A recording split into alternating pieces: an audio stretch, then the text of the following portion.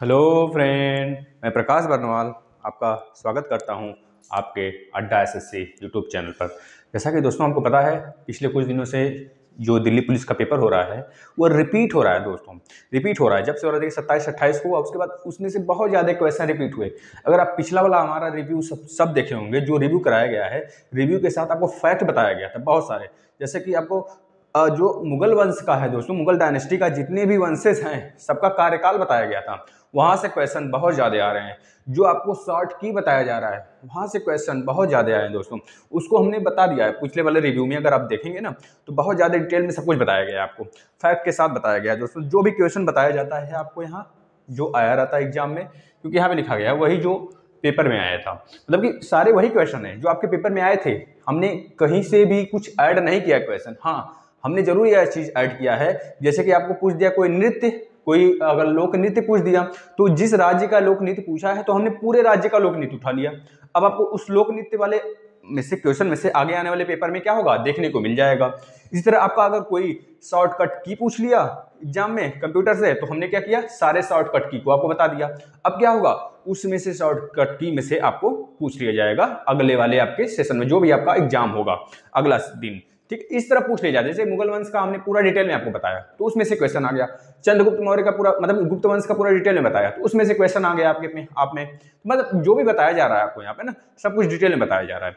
और एक क्वेश्चन के साथ हम हजारों फैक्ट के साथ आपको बता रहे हैं, मतलब कि बहुत सारे फैक्ट, बहुत बहुत बहुत, मतलब कि उसके इर्द गिर्द ही क्वेश्चन के अंदर, मतलब कि जो भी पूछा जाएगा दोस्तों उसी के इर्द गिर्द पूछा जाएगा।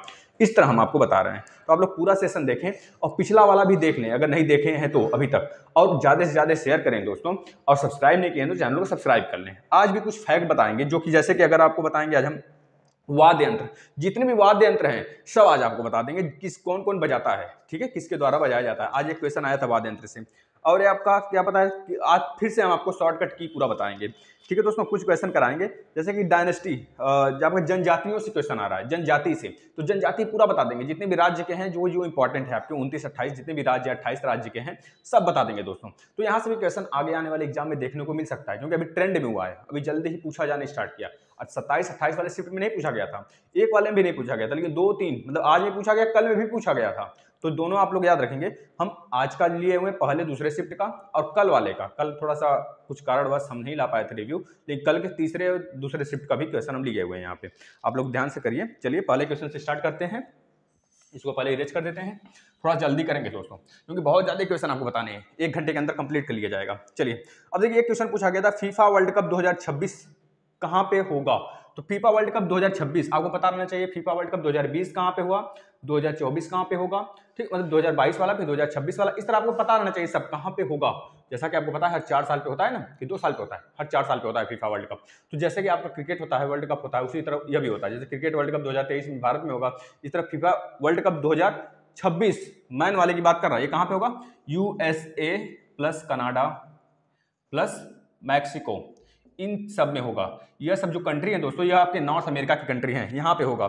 आप लोग देखिए जितने भी आगामी गेम होने वाले हैं, पर यहाँ पे भी होने वाले हैं, उसका एक वीडियो पूरा प्लेलिस्ट में है, आप लोग जाकर देख लें अच्छे से। अब देखिए वाद्य यंत्र की बात कर रहे हैं दोस्तों। अब हम वाद्य यंत्र की बात जब किया है तो हम पूरा वाद्य यंत्र आपको बता देते हैं, हर एक वाद्य यंत्र जहां से क्वेश्चन आने वाले एग्जाम में पूछा जा सकता है। जैसे कि अगर बात करें सितार, आज वाले पूछा गया था, शायद सितार के ही बारे में पूछा गया था, और उसमें दे दिया गया था 4 ऑप्शन कि कौन बजाता है, ठीक है।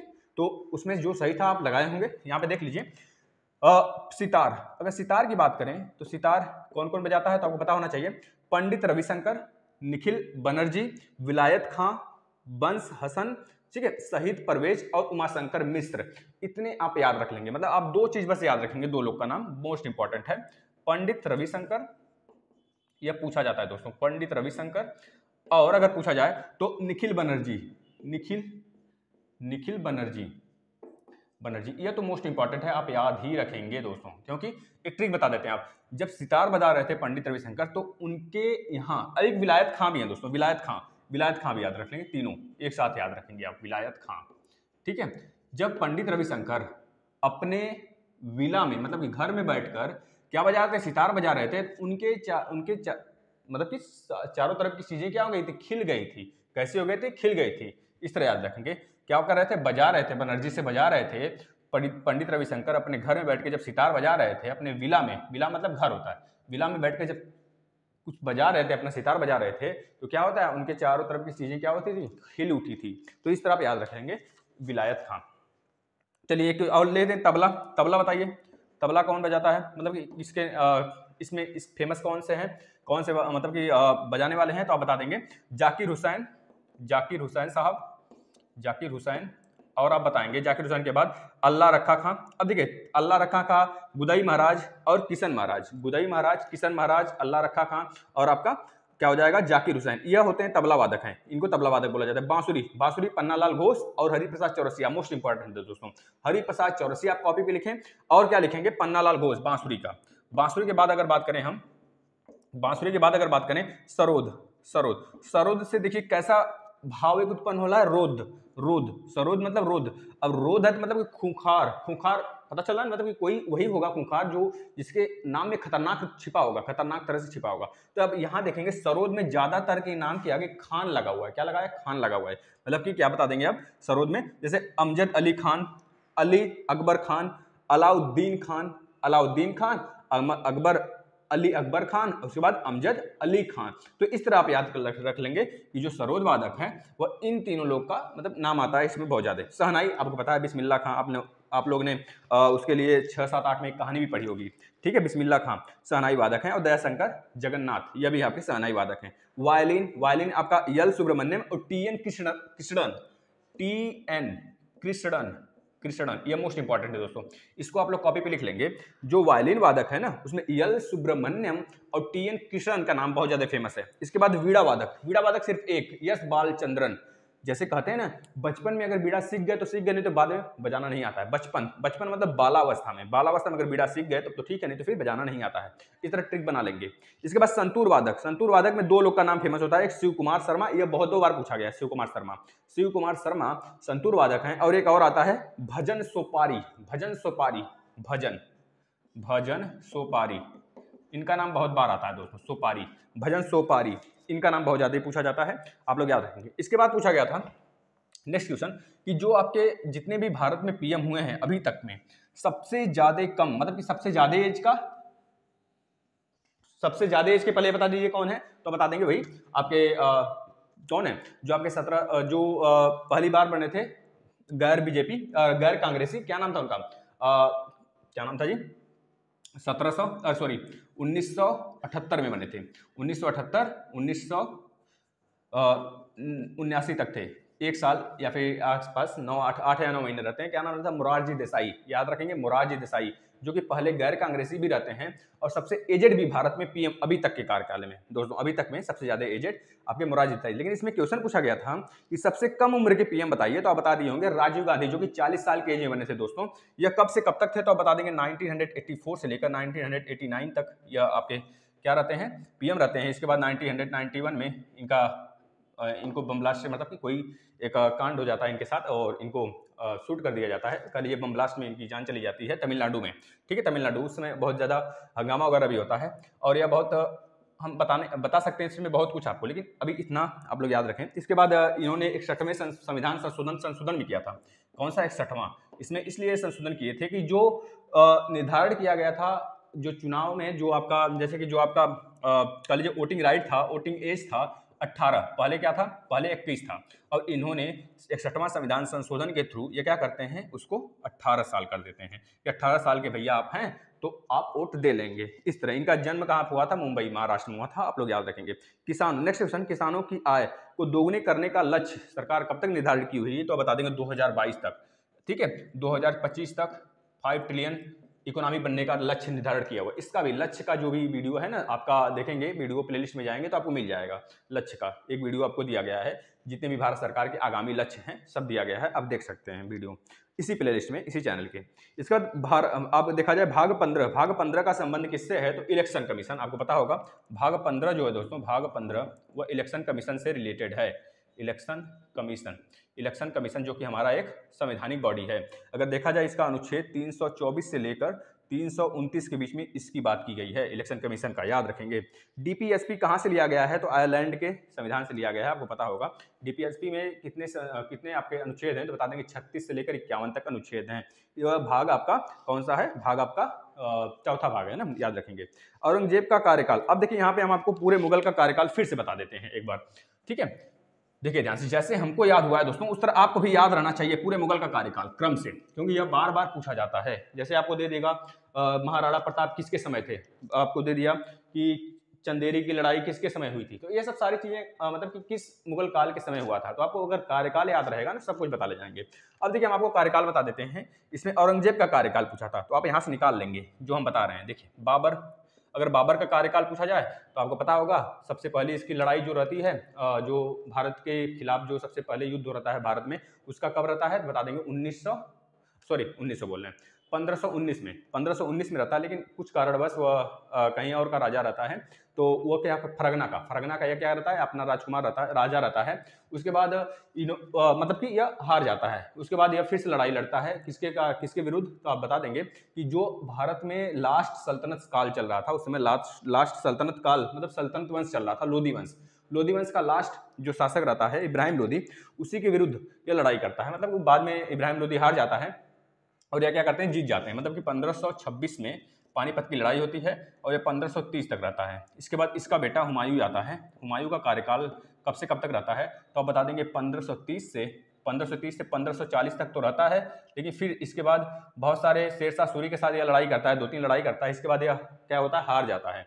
हारने के बाद इसको 10 साल तक मतलब कि गायब ही रहना पड़ता है। जब 10 साल तक गायब रहता है, फिर से आता है 1500 का किस में आता है? बता देंगे 1555 में आता है। 1555 में आता है और 1556 तक शासन करता है, 1556 तक, और 1 साल। इसके बाद सीढ़ियों से गिर के, अपने जो इसकी लाइब्रेरी होती है उसकी सीढ़ियों से गिर के इसका देहांत हो जाता है। इसको बोला जाता है ये जिंदगी भर लड़खड़ाता रहा। एक दिन ऐसा आया कि लड़खड़ाते लड़खड़ाते अपने लाइब्रेरी की सीढ़ियों से गिर कर यह मर गया।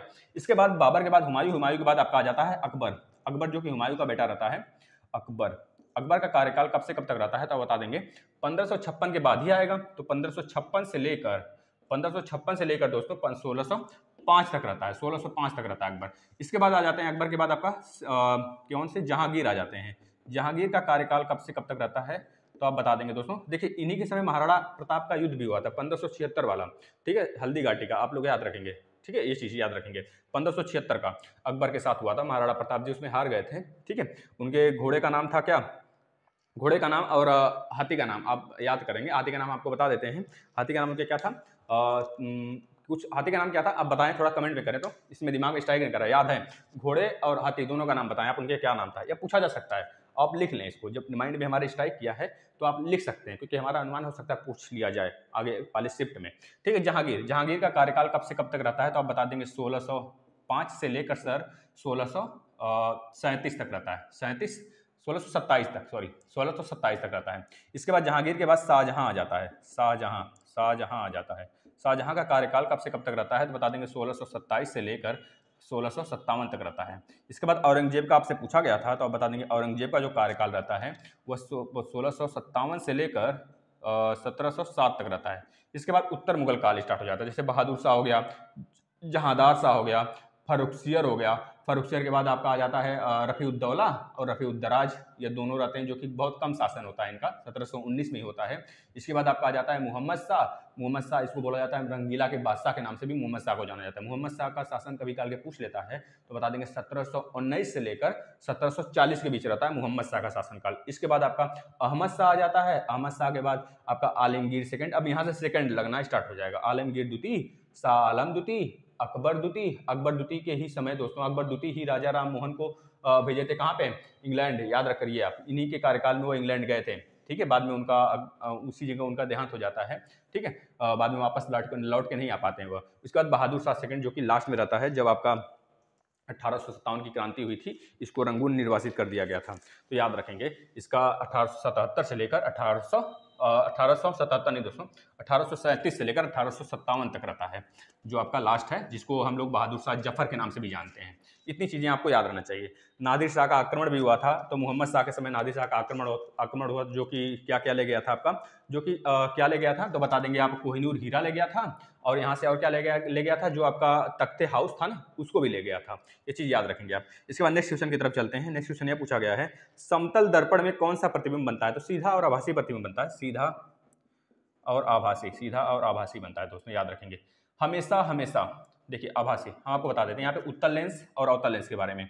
उत्तल लेंस मतलब कॉन्वेक्स लेंस, और कॉनकेव के बारे में। अरे जो कॉन्वेक्स होता है दोस्तों, कॉन्वेक्स में क्या होगा, जो आपका प्रतिबिंब होगा वो रियल बनेगा और वस्तु से छोटा भी बड़ा भी, 6 कंडीशन होते हैं इसमें आभासी भी बनता है। कॉन्वेक्स लेंस में एक कंडीशन आता है लास्ट वाला, जो कि जब हमारा जो वस्तु होता है वह मुख्य मतलब कि फोकस, जो आपका फोकस होता है, और जो आपका ओ होता है पी, मतलब कि पी नहीं, जो केंद्र बिंदु होता है उसके बीच में जब बनने लगता है, तो हमारा क्या होता है, जो प्रतिबिंब होता है दोस्तों वो आभासी बनने लगता है और वस्तु से बहुत बड़ा बनता है, सीधा बनता है। तो इसमें जो उत्तल लेंस है इसमें सारी प्रकार के जो प्रतिबिंब बनते हैं, आभासी भी बनता है, रियल भी बनता है, सीधा भी बनता है, उल्टा भी बनता है, याद रखें। लेकिन कॉनकेव में हमेशा हमेशा सीधा बनता है और वस्तु से छोटा बनता है। बस इसी का उल्टा हो जाता है दर्पण में जो होगा वह कॉन्वेक्स हमारा उत्तल जो कॉन्वेक्स लेंस है, वही जो जैसा कॉन्वेक्स लेंस काम करता है वैसे दर्पण में कॉनकेव लेंस काम करेगा। कॉनकेव काम करता है, जैसे लेंस में कॉन्केव काम करता है उसी तरह दर्पण में कॉन्वेक्स काम करता है। आप इसको नोट डाउन कर लेंगे। जैसे निकट दृष्टि दोष के लिए हम लोग अवतल लगाते हैं, और दूर दृष्टि दोष के लिए हम लोग उत्तल लगाते हैं, उत्तल लेंस। तो ये सब सारी चीजें आपको पता होना चाहिए, बचपन से पढ़ते आ रहे हैं। अब देखिए यहाँ से पूछा गया है आपका कि आप बताइए जो शॉर्टकट की है, तो शॉर्टकट की फटाफट आप लिखिए, नोट करिए फटाफट, हम बता रहे हैं। जैसे कि अल्ट प्लस ई आपसे जो पूछा गया था आज ना, हम बताए थे। अगर आप पिछला रिव्यू देखे होंगे तो आप करके आए होंगे क्वेश्चन को। आपसे पूछा गया था कंट्रोल प्लस वी का बताइए, कंट्रोल प्लस वी से क्या होता है, तो बता दिए होंगे पेस्ट होता है। बस यही आपसे पूछा गया था। हम आपको सारे जितने भी हमारे पास हैं, जितने भी हमको पता है हम बताते हैं आपको। जैसे अल्ट प्लस ई से होता है एडिट मेनू होता है, अल्ट प्लस ई से एडिट मेनू होता है। अगर और देखा जाए अल्ट प्लस इंटर से क्या होता है, अल्ट प्लस इंटर से आप बता देंगे सर जो अल्ट प्लस सेलेक्ट फाइल होता है, अल्ट प्लस इंटर से सेलेक्ट फाइल होता है, ठीक है। इसके बाद अगर पूछा जाता है आपसे अल्ट प्लस एफ से क्या होता है, जो फंक्शन होता है दोस्तों, फंक्शन अल्ट प्लस एफ से क्या होता है, तो बता देंगे सर जो फाइल मेनू होता है वो ओपन करने की बात होती है, इसमें ओपन हो जाता है, ठीक है। फाइल मेनू ओपन हो जाता है, जो हम लोग स्किप किए होते हैं, बंद किए होते हैं, जो मिनिमाइज किया हुआ होता है वो ओपन हो जाता है, फिर से वो बड़ा हो जाता है। अगर बात करें कंट्रोल प्लस ए, देखिए अब यहाँ से आपको याद रखना है कंट्रोल प्लस ए, 2-3 बार लिख लेंगे दोस्तों, याद हो जाएगा। इससे होता है ऑल सेलेक्ट। अब कंट्रोल प्लस अगर बी की बात करें तो इससे क्या होता है, सेलेक्ट हुए जो सेलेक्ट हुए होते हैं उनको क्या होता है, वो क्या होते हैं, बोल्ड हो जाते हैं। जो सिलेक्ट हुए होते हैं, जो आप सिलेक्ट कर देते हैं, अगर आप चाहते हैं उसको बोल्ड करें थोड़ा सा, तो बोल्ड हो जाता है कंट्रोल प्लस बी दबाने से, लेकिन सिलेक्ट होना चाहिए पहले से। इसके बाद कंट्रोल प्लस सी की बात करें तो आपको पता है कॉपी हो जाता है। कंट्रोल प्लस अगर बात करें आपका कंट्रोल प्लस इंड की, कंट्रोल प्लस इंड मतलब डॉक्यूमेंट का बिल्कुल अंत में आप चले जाएंगे। अगर कोई आप बना रहे हैं कोई फाइल, तो जो डॉक्यूमेंट बना रहे हैं आप यहाँ से यहाँ पे उठ के चले जाएंगे अगर आप कंट्रोल प्लस इंड दबा देते हैं। इसके बाद अगर हम बात करें कंट्रोल प्लस एफ की बात करें तो कंट्रोल प्लस एफ में क्या हो जाएगा, तो आप पता होगा कंट्रोल प्लस एफ में क्या होगा, जो टेक्स्ट होगा दोस्तों वह क्या हो जाएगा, वह लिखे हुए टेक्स्ट में से किसी शब्द को ढूंढने का प्रयास करता है, मतलब आप जिसको ढूंढना चाहते हैं वो ढूंढ लेगा उसको, कंट्रोल प्लस एफ से हो जाता है। और कंट्रोल प्लस आई से आपको पता है इटैलिक हो जाता है, कंट्रोल प्लस आई से जो आपका वर्ड है वह इटैलिक हो जाएगा, लेकिन पहले से सेलेक्ट होना चाहिए। कंट्रोल प्लस के से क्या हो जाता है, कंट्रोल प्लस के से तो बता देंगे कंट्रोल प्लस के से हो जाता है जो लिंक होता है दोस्तों, वह जो हमारा टेक्स्ट होता है वो हाइपरलिंक से क्या हो जाता है, जुड़ जाता है, हाइपरलिंक से जुड़ जाता है। इस तरह कंट्रोल प्लस के से हो जाता है। कंट्रोल प्लस एन से क्या हो जाता है, कंट्रोल प्लस एन से आप बता देंगे जो फाइल है दोस्तों, नया फाइल है, वो नया फाइल बनाने के लिए एक नया फाइल खुल जाता है, मतलब जो जिस फाइल पे हम काम करते रहते हैं जिस पेज पे, उसके लिए हमको नया फाइल तुरंत मिल जाता है कंट्रोल प्लस एन से। अगर आप बात करें कंट्रोल प्लस ओ की बात करें, कंट्रोल प्लस ओ की बात करें तो इसमें क्या होता है, कंट्रोल प्लस ओ में दोस्तों पहले से जो फाइल बना होता है वह ओपन हो जाता है, जो आप सेव किए होते हैं, अगर आप चाहते हैं ओपन करना तो जो तुरंत सेव किए होते हैं वह ओपन कर देता है। इसके बाद कंट्रोल प्लस अगर हम बात करें कंट्रोल प्लस पी की तो इससे प्रिंट होता है, कंट्रोल प्लस यू की बात करें तो अंडरलाइन हो जाता है, कंट्रोल प्लस एक्स की बात करें तो कट होता है, कंट्रोल प्लस वाई की बात करें तो अंडू होता है, और कंट्रोल प्लस जेड की बात करें तो डिलीट होता है। यह पता रहना चाहिए आपको, ठीक है ना। हमने जो कि लिख भी दिया, अगर आप लिखे होंगे सुने होंगे तो लिख सकते हैं और 2-3 बार रिवाइज कर लें, क्योंकि लिखने में बहुत ज़्यादा टाइम हो जाएगा दोस्तों, क्योंकि काफी क्वेश्चन लिए हुए हैं हम यहाँ पे।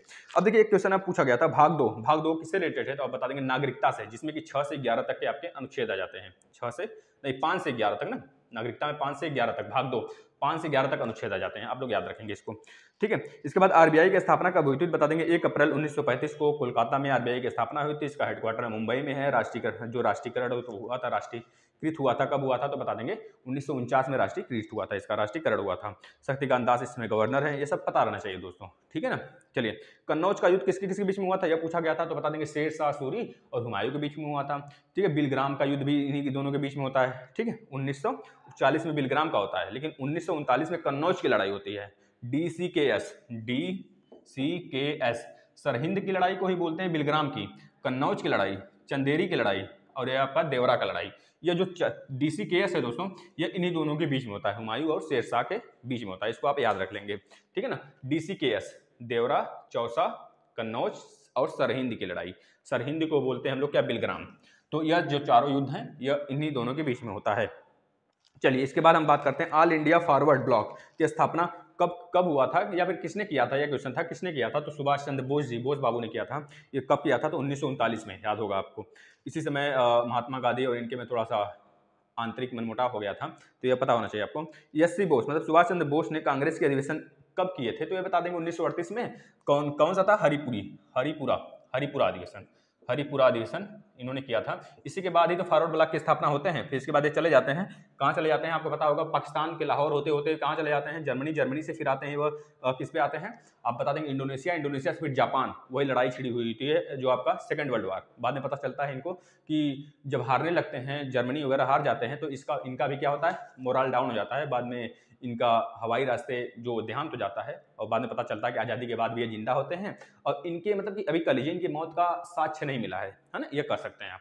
हरिपुरी अधिवेशन यह किए थे 1938 में। इसके बाद फैजपुर का भी इन्होंने मतलब जीत जाते हैं, बाद में गांधी जी की वजह से ये क्या होते हैं, अपना सत्ता छोड़ देते हैं अध्यक्षता। इसके बाद आप बताएंगे आयोडीन की कमी से कौन सा रोग होता है, यह पूछा गया था, तो बता देंगे घेंगा रोग होता है, ग्वाइटर जिसे बोलते हैं, ये विटामिन सी की कमी से होता है, याद रखेंगे। खानवा का युद्ध बाबर और राणा प्रताप के बीच हुआ था, राणा सांगा के बीच हुआ था।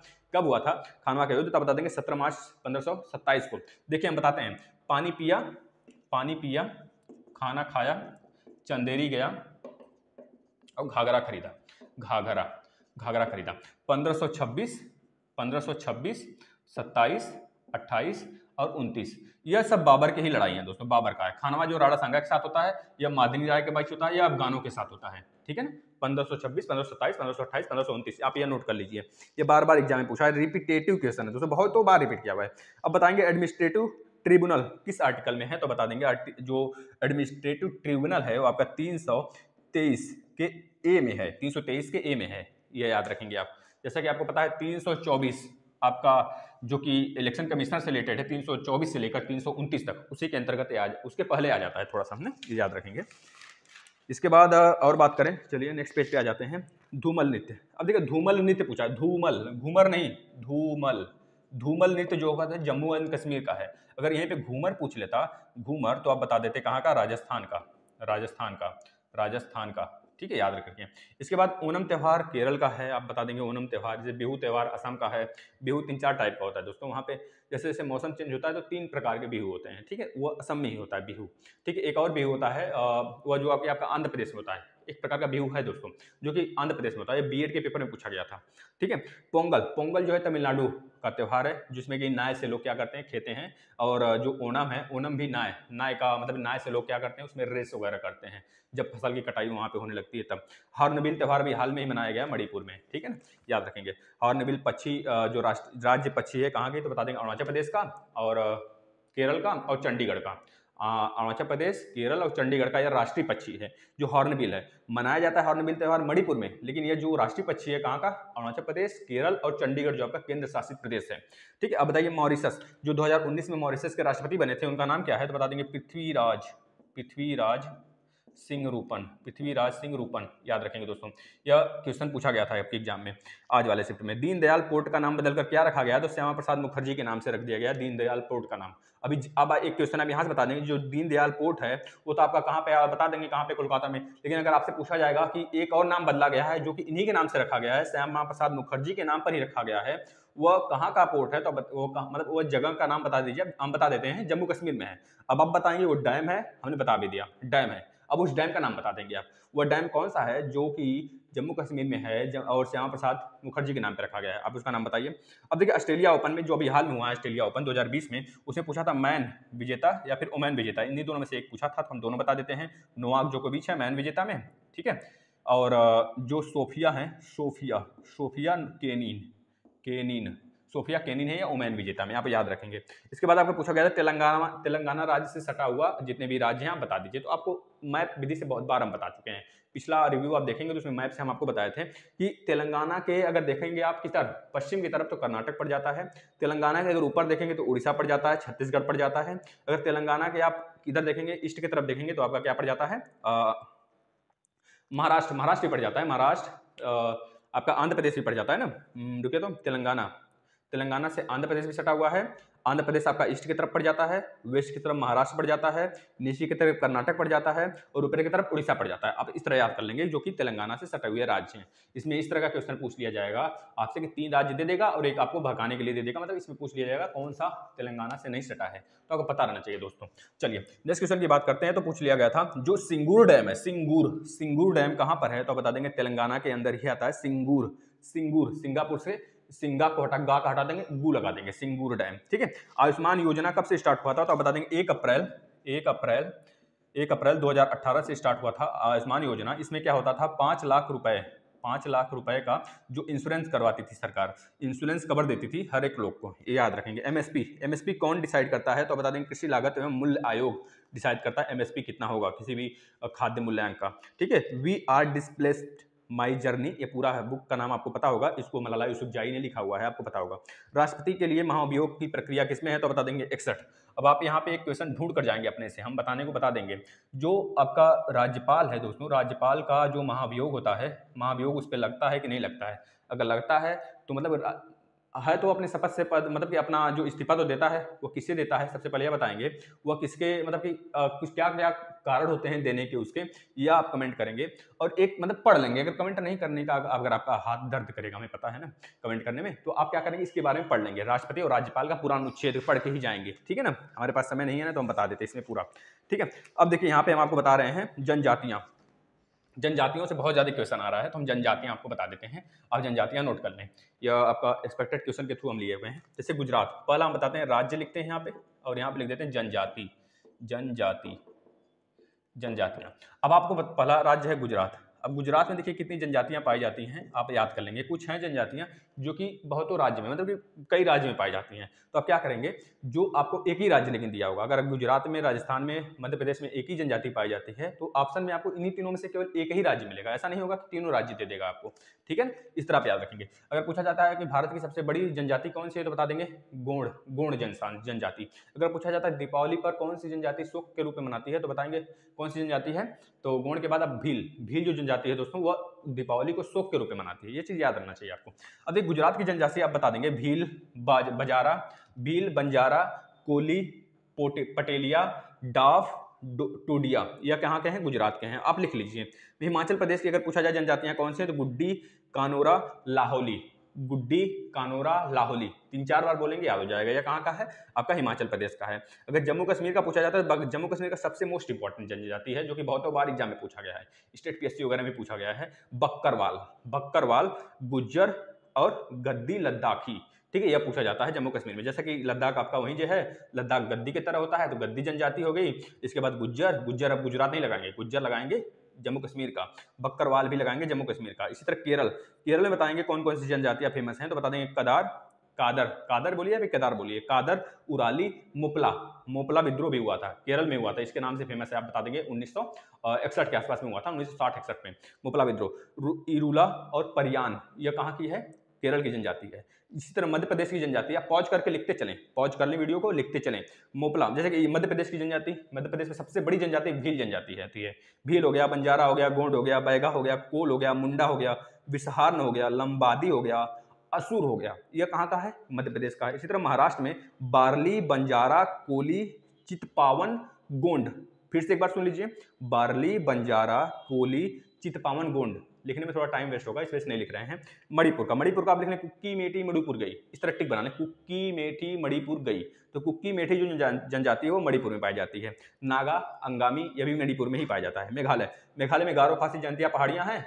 गारो, खासी, जयंतिया, मिकिर, मिसमी, ये सब है ना। मिसमी तो आपका अरुणाचल प्रदेश में पड़ जाता है, लेकिन कुक्की मेठी गारो, खासी, जयंतिया और मिकिर ये कहाँ का है, कहाँ की जनजातियां तो बता देंगे मेघालय की। यह पहाड़ियां भी हैं, पहाड़ियों के नाम से फेमस है, मतलब जनजातियों के नाम से पहाड़ी फेमस है, याद रखेंगे। मिजोरम में कौन कौन से? लाखर, पावो, मिजो, चकमा, लुसाई, कुकी, यह पाया जाता है कहाँ पे? मिजोरम में, ये भी याद रख लेंगे। नागालैंड में नागा हिल्स भी है, तो नागा हिल्स के नाम से, मतलब नागा जो जनजाति है उसी के नाम से नागा हिल्स भी वहाँ पे है, जो कि कटा छटा है किसका? हिमालय का पार्ट। नबुई, अंगामी, मिकिर जनजाति भी नागालैंड में। उड़ीसा का जुआंग, खारिया, भुइया, सुंधाल, हो, कोल, देखिए हो भी बहुत बार पूछा गया है, तो बता देंगे उड़ीसा का है। हो, कोल, ओराम, चेंचू, गोंडा, ये सब कहाँ का है? सांड, ये सब उड़ीसा का है। राजस्थान का मीड़ा, सहरिया, सांसी है, सांसी याद रखेंगे। गर्निया, भील, बंजारा, कोली, देखिए कोली बहुत बार आया, बंजारा भी कईयों में आपको पूछा गया है। सिक्किम में बस एक है, लेप्चा सिख,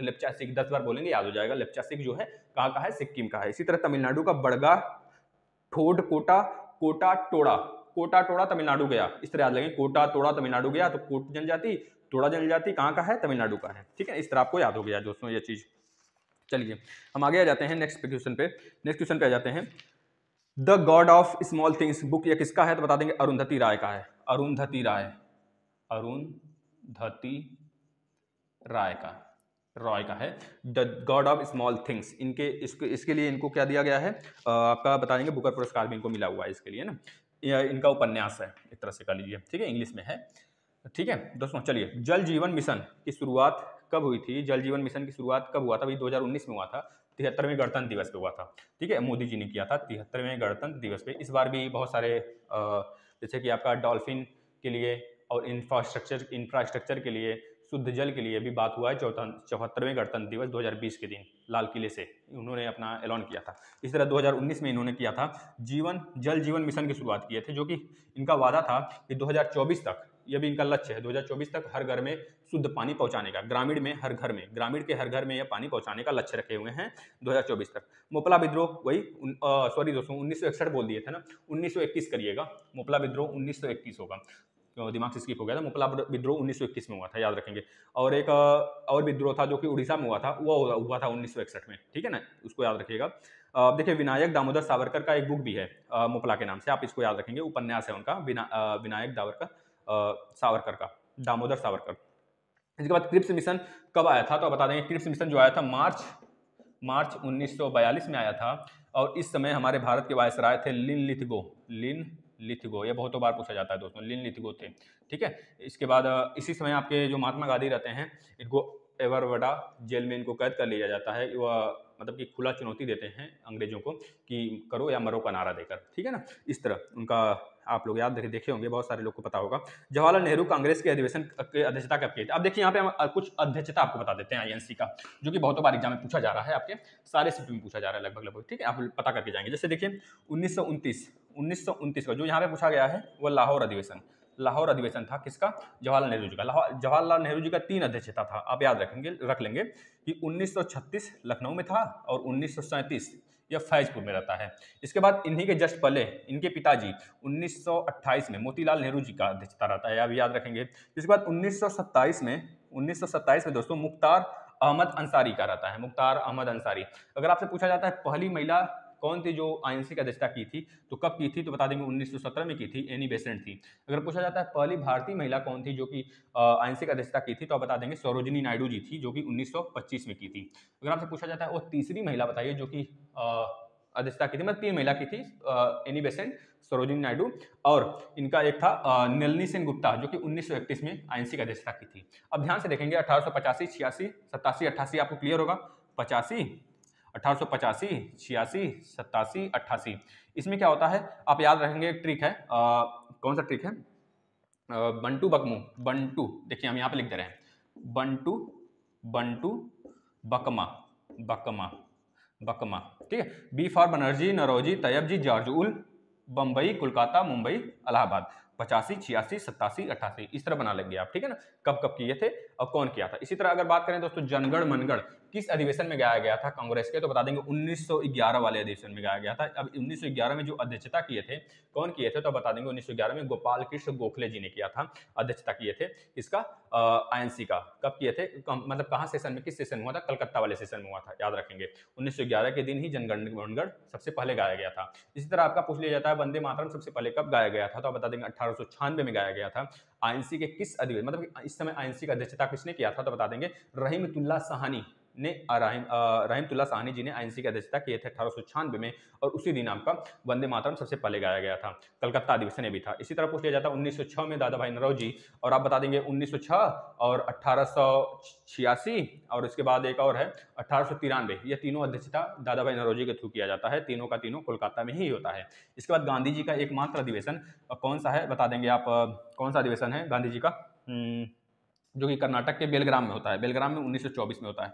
इनका ये कौन से नंबर का अधिवेशन होता है, तो बता देंगे 40वें नंबर का, 40वें नंबर का अधिवेशन गांधी जी करते हैं, ठीक है दोस्तों। अगर पूछा जाता है आपसे 1920 का अधिवेशन कौन करता है, 1920 का बता देंगे राघवाचारी, वीर राघवाचारी करते हैं दोस्तों, यह नागपुर का अधिवेशन होता है, मोस्ट इंपॉर्टेंट है। अगर आपसे पूछा जाता है सबसे कम एज के कौन है जो कि सबसे लंबे समय तक आईएनसी की अध्यक्षता किए हैं, तो बता देंगे जो आपके पहले शिक्षा मंत्री थे अब्दुल कलाम आजाद, वही किए हैं 1946 से लेकर 1940 से लेकर 1945 तक किए हुए हैं, ये भी याद रखेंगे आप, ठीक है दोस्तों। चलिए इसके बाद हम आ जाते हैं नेक्स्ट पे। नेक्स्ट क्वेश्चन क्या पूछा गया है आपसे कि क्रिप्स मिशन हो गया, जवाहरलाल नेहरू, ये भी हो गया। गोलकुंडा का दुर्ग, गोलकुंडा का दुर्ग जो है किस शासन द्वारा बनाया गया था, किस शासन ने बना था, और किस वंश के, मतलब कौन सी डायनेस्टी इसको बनाई थी, तो आप बता देंगे कौन बनाया था, कुतुब शाह वंश का, कुतुब शाह वंश का, कौन सा, कुतुब शाह वंश का जो था 1600 में बनाया था, याद रखेंगे 1600 में बना था यह हैदराबाद में स्थित है आपका गोलकुंडा का दुर्ग, तेलंगाना में, ठीक। अशोक क्रिप्स, अब एक पूछा गया था दोस्तों, अशोक किस वंश का शासक था, तो बहुत सिंपल क्वेश्चन है, बता देंगे मौर्य वंश का शासन था।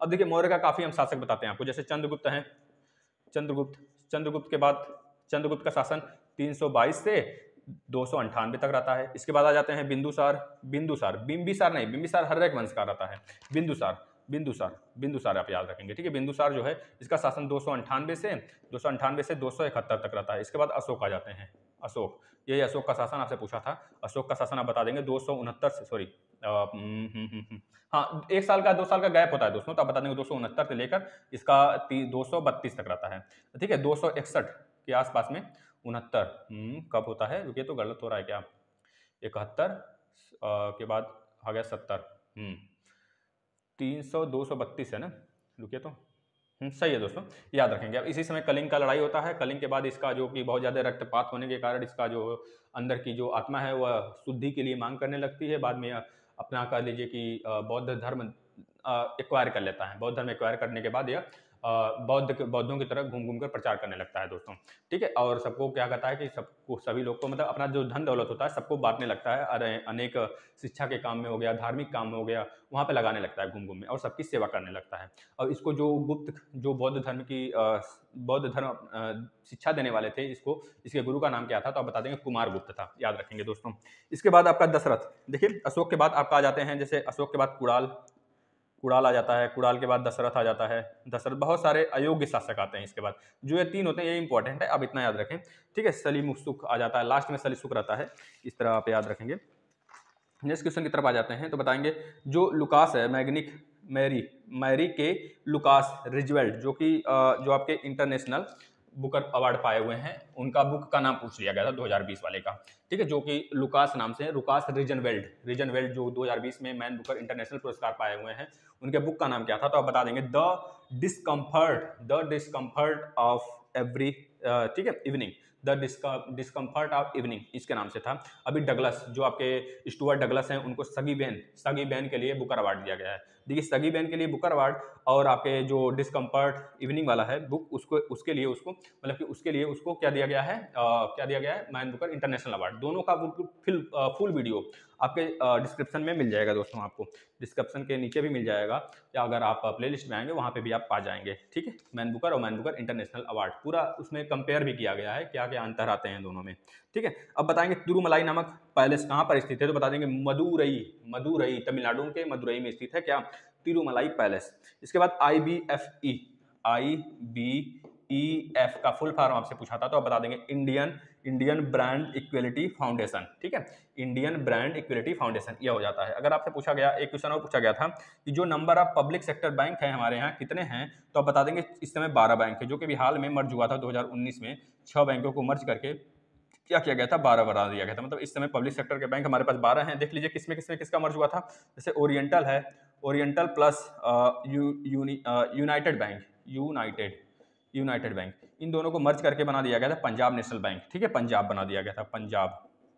इसके बाद दोस्तों आपका सिंडिकेट को जो है किसमें विलय कर दिया गया था, केनरा और आंध्रा के साथ, आंध्रा केनरा सिंडिकेट को मर्ज करके यूनियन बैंक ऑफ इंडिया बना दिया गया था। इसी के बाद इलाहाबाद को किससे लिंक कर दिया गया था, इंडियन बैंक के साथ लिंक करके इसे इलाहाबाद बैंक बना दिया गया। इस तरह आप याद कर सकते हैं इसको। इसके बाद भारत की मौद्रिक नीति कौन तय करता है, तो बता देंगे RBI तय करता है। ठीक है दोस्तों, ठीक है, मौद्रिक नीति इसका RBI हर साल तय करता है। अब आपसे एक फैक्टोरियल का न्यूमेरिकल पूछा था, factorial 0 plus factorial 3 plus factorial 5, तो मतलब फैक्टोरियल 0 का मतलब 1 हो गया, फैक्टोरियल 3 का मतलब 6 हो गया, फैक्टोरियल 5 का मतलब 5 गुणे 4 गुणे 3 गुणे 2 का मतलब 120 हो गया, बराबर आपका 127 आपका आंसर आ गया, 127। इस तरह क्वेश्चन पूछा गया था। IPv4 मतलब कि IP एड्रेस में, IP जो एड्रेस होता है दोस्तों उसमें क्या होता है, उसमें जो डाटा दिया होता है दोस्तों कि वह कितने डॉट होते हैं, मतलब उसमें डॉट होता है, डॉट कितने होते हैं, तो बता देंगे 3 डॉट होते हैं। इसी तरह आप अपने आधार कार्ड पैन कार्ड का नंबर सीक्वेंस से याद करके जाएंगे, मतलब कितने नंबर के डिजिट होते हैं आप याद रखिए। जैसे आपका अगर पूछा जाता है आपका पूरा भारत कितने पिनल कोड में बांटा गया है, तो आप बता देंगे 5 पिनल कोड में बांटा गया है। ठीक है ना, अब पिनल कोड और पिन कोड में अंतर है बहुत ज्यादा, याद रखेंगे। पिनल कोड का मतलब पूरे भारत का पिनल कोड कितने पिनल कोड में बांटा गया भारत पूरा, तो बताएंगे 5 में बांटा गया दोस्तों। ठीक है, याद रखेंगे। और पिन कोड दूसरा है, वो आपका क्षेत्रीय कोड है, उसको आप याद रखेंगे। ठीक है, वह तो आपका पता वगैरह जब देते हैं तो उसमें देते होंगे आप, यह पता होगा आपको। देखिए the God of small things, ये तो हो गया। अच्छा, ये सब हो गया ना इधर का। चलिए अब देखिए सांची स्तूपा पूछ लिया गया था कहाँ पर है, तो बता देंगे मध्य प्रदेश में है, रायसेना हिल में पड़ जाता है, बेतवा नदी पर रायसेना हिल आपका जो जिला है, रायसेना हिल्स जो जिला है वहीं पे पड़ जाता है। मध्य प्रदेश के रायसेना हिल जिले में आपका पड़ जाता है सांची का स्तूपा, याद रखेंगे दोस्तों।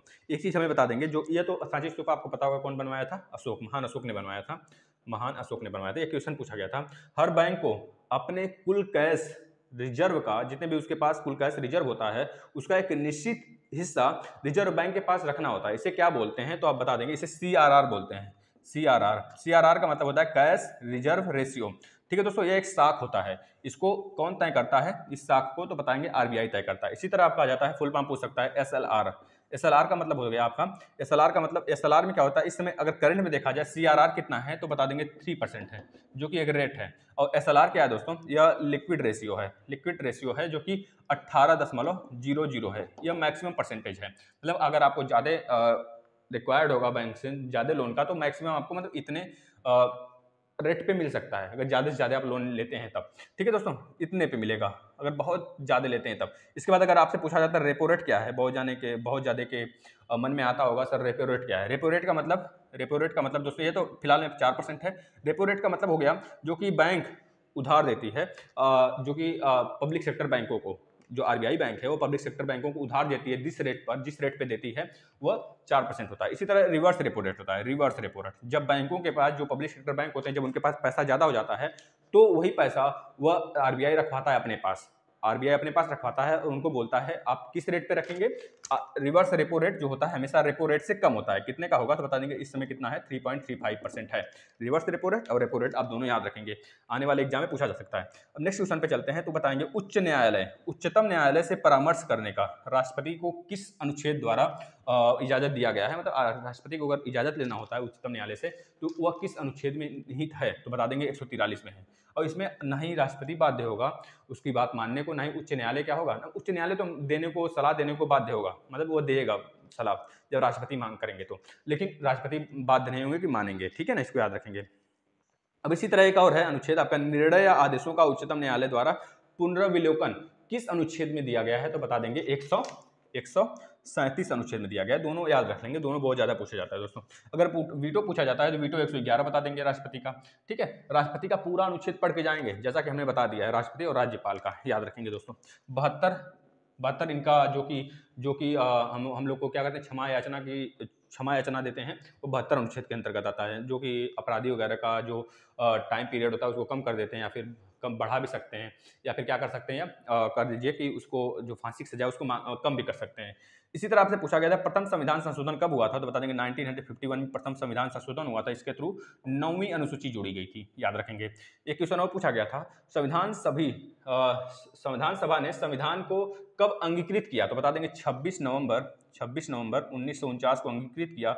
इसी समय 4-5 जो आपके अनुच्छेद होते हैं वो लागू कर दिए जाते हैं, लेकिन पूरी तरीके से पूछा जाए तो 26 जनवरी 1950 को लागू होता है। और इसके 2 दिन पहले ही 24 जनवरी 1950 को आपका राष्ट्रगीत राष्ट्रगान को अपनाया गया होता है। इसके बाद आपसे पूछा जाता है झंडा जो आपका तिरंगा है इस समय फिलहाल में, वो कब अपनाया गया, तो बता देंगे पिंगली वेंकटेन ने उसको डिजाइन किया था, 22 जुलाई 1947 को उसको अपनाया गया है भारत सरकार द्वारा। इसको याद रखेंगे दोस्तों। और राष्ट्रपति सबसे पहले भारत में कब बने, तो वह भी 24 जनवरी 1950 को ही अपना पद ग्रहण करते हैं, ये भी याद रखेंगे आप, ठीक है। यूएस से अगर पूछा जाता है भारत के संविधान बनने में कितना समय लगा, तो बता देंगे आप 2 साल 11 महीने 18 दिन लगे, ठीक है, याद रखेंगे इसको।